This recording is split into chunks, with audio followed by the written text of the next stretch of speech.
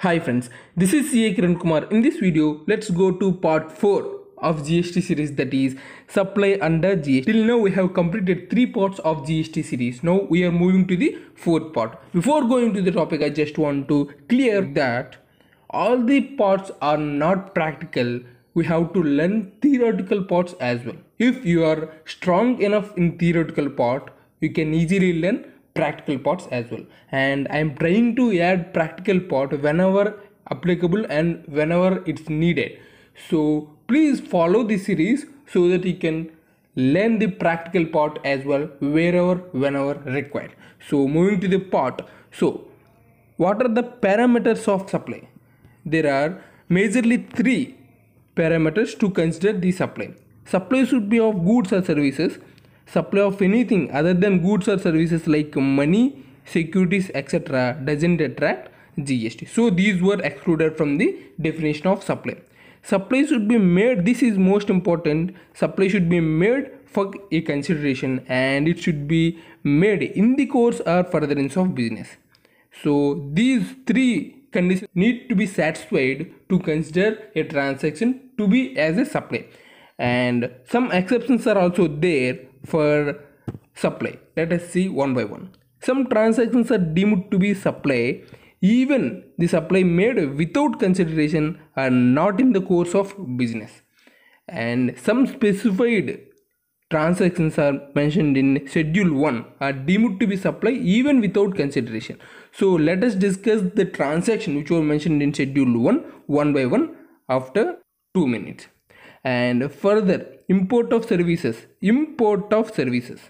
for a consideration whether or not in the course or furtherance of business, irrespective of whether or not in the course or furtherance of business, is to be treated as supply.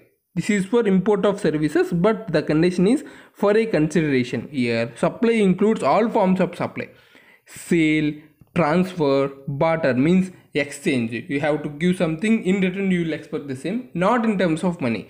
So exchange, license, rental, lease, disposal, etc. for the consideration in the course of business. In the course of business, these were all treated to be a part of supply. And supply without consideration, that is deemed supply, that is we have already discussed about schedule 1. We will discuss in detail about this transaction. So supply without consideration also considered as deemed supply, which were mentioned in schedule 1, and this include all supplies made to a taxable or non-taxable even if the same is without consideration. So as per schedule 1, let us discuss about schedule 1. So whenever the transaction covered under schedule 1 will be treated as supply. So let us see the transactions which were covered under schedule 1. In the following cases, as per schedule 1, supplies made without consideration will also be treated as supply. Supplies made without consideration will also be treated as supply. So permanent transfer or disposal of business assets. Any kind of disposal or transfer of business assets made by an entity on permanent basis. This is most important, on permanent basis. This is not temporarily. You will transfer the assets permanently to another entity even without consideration qualify as supply. However, it is important to note that the provisions would apply only input tax credit has been availed on such assets by such registered person. If no input has been availed on such assets, then it won't be treated as supply.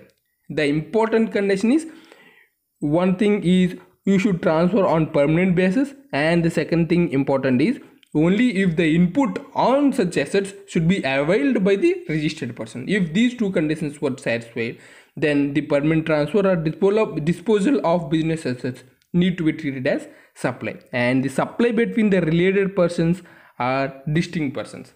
Supply of goods or services are both between related person or both distinct person will qualify as supply even without consideration, provided it is made in the course of business. So even without consideration, if the supply is made between the related persons, this is important, between the related person, even without consideration, if it is in the course of business, it will be treated as supply. So here exactly we need to discuss one point, that the employer-employee services. The employee provided services to the employer are, here you can say employee and employer are related person, and the services provided by the employee to the employer will not be treated as supply of goods or services. Gift to employee by the employer. Gift up to 50,000 in a financial year by an employer to an employee shall not be treated as supply of goods or services or both. First of all, the employer and employee are related persons. See, the employee provided any services to the employer will not be treated as supply. This is clear. And the second point is relating to gifts. Gifts up to 50,000 value provided by the employer to an employee shall not be treated as supply of goods or services or both. However, if the goods value of worth more than 50,000 made without consideration or supply are subject to GST when made in the course of furtherance of business. So up to 50,000 value is not in the purview of supply, and above 50,000 will subject to supply and GST will be charged on that. So supply between the principal and agent, which is covered under point number 3 of schedule 1. The supply of goods by a principal to his agent without consideration when the supply undertakes to a supply such goods are on behalf of the principal is considered as supply. So supply by a principal to his agent when the agent undertakes to supply of the goods on behalf of the principal is considered to be a supply. And similarly, supply of goods by an agent to his principal without consideration where the agent undertakes to receive such goods on behalf of the principal is considered as supply. And only supply of goods are covered, not supply of services. This is only for goods only, not for services. The supply of services between the principal agent vice versa would require consideration. This, if you see the goods without consideration and on behalf of the principal taken by the agent will be treated as supply, but in this case if it is a service, the consideration is required to be treated the transaction as supply and charge liable to GST. And importation of service, that we have already discussed in the starting. Import of service by a person from a related person or from his establishments located outside India, even without consideration in the course or furtherance of business, shall be treated as supply. Even without consideration in the course of furtherance of business, then it will be treated as supply in case of importation of services from a related person or his establishments located outside India. And now we will discuss about non-supplies under GST. So schedule 3 specifies the transactions or activities which shall be neither treated as supply nor supply of services. So thus the activities or transactions specified under the schedule 3 can be termed as non-supplies under GST. In other words, it can be treated also as a negative list from the purpose of taxation in GST. Now we can see the list of schedule 3 which were non-supplies. Here you can see activities mentioned in schedule 3. So these were not neither treated as supply nor supply of services. So services by an employee to the employer in the course of business, so it is non-supply. And supplies services by any court or tribunal established under any law in the course will also be treated as non-supply, and no GST will be charged on this as well. And the functions performed by the members of parliaments, MPs, and members of a state legislature, that is assembly, members of panchayats, we can see the presidents of our villages and members of municipalities are not covered under supply definitions. So no GST will be charged on these persons, and the duties performed by a person holds any post in pursuance of the provisions of the constitution in that capacity, and the duties performed by any person as a chairperson or a member of director in the body established by the central government or state government or local authority. And the services of funeral, burial, and crematorium are mortuary, including the transportation of the deceased, are considered as non-supplies, and no GST will be considered on that. No GST will be charged on that. And the sale of land are subject to paragraph 5b of the schedule 2. What is 5b in case of sale of land? 5b of the schedule stipulated that the construction of the complex, building, civil structure or a part thereof, including a complex or building intended for sale to a buyer only or partly, shall be treated as supply of the service, except where the entire consideration was received after issuance of completion of certificate. This is a separate chapter. I will discuss this on the charge part. So let us discuss in the next immediate part only. We will discuss later. And we know the actionable claims and money are excluded from the definition of supply. So other than actionable claims, other than lottery and betting, gambling. So lottery and betting gambling, these were charged under supply. Other actionable claims like claim of future runs, unsecured loans, unsecured debentures, bills of exchange, these were not covered under supply definition. These were non-supplies endorsements. So you can refer all these 8 points to see non-supply definition which are covered under schedule 3. And so services by way of grant of alcoholic liquor license by the state government are to be treated as neither supply of goods nor supply of services.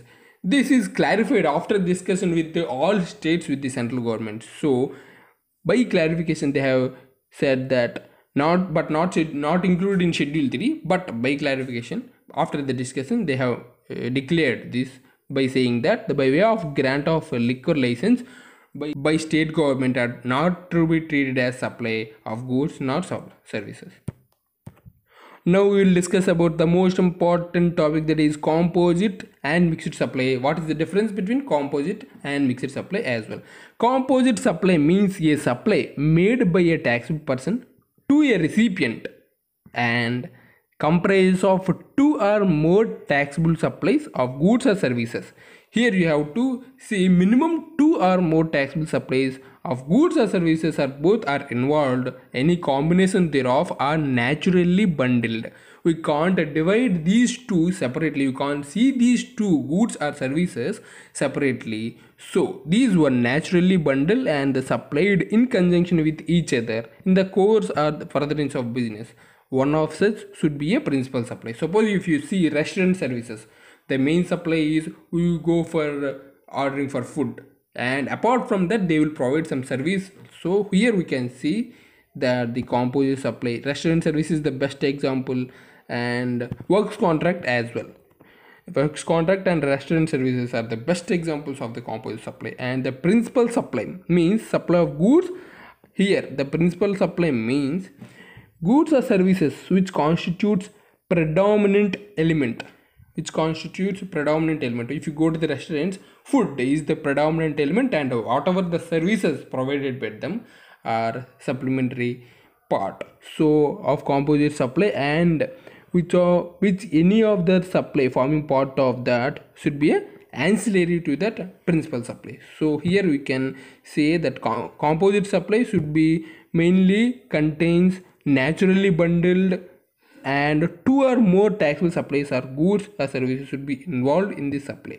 And we can move for the mixed supply. What is mixed supply? Mixed supply means 2 or more individual supplies. These were not naturally bundled. We can see the different services differently. We can divide the services. If some other supplier has provided 2 or more services, we can see each services individually. But in case of composite services, we can't see the services separately because the ancillary service is based on the principal supply. But here we can see both in different supplies. So we can see it as an individual supply provided by the supplier of goods or services or any combination thereof made in conjunction with each other by taxable person for a single price. For a single price they have charged. For multiple items he has charged single price, where such supply doesn't constitute a composite supply. Composite supply means which is naturally bundled. Here we can see that is individual supplies. Here individual supplies are independent to each other. not naturally bundled. This is very important. The mixed supply comprising of two or more supplies shall be treated as supply of that particular supply attracts highest rate. If he provides multiple supply, the supplier have to charge based on the highest rate of the individual supplies. So this is called mixed supply. So this is for the day. Thank you very much. For more interesting updates and for the next series, please like and subscribe and share for the needy people. Thank you very much.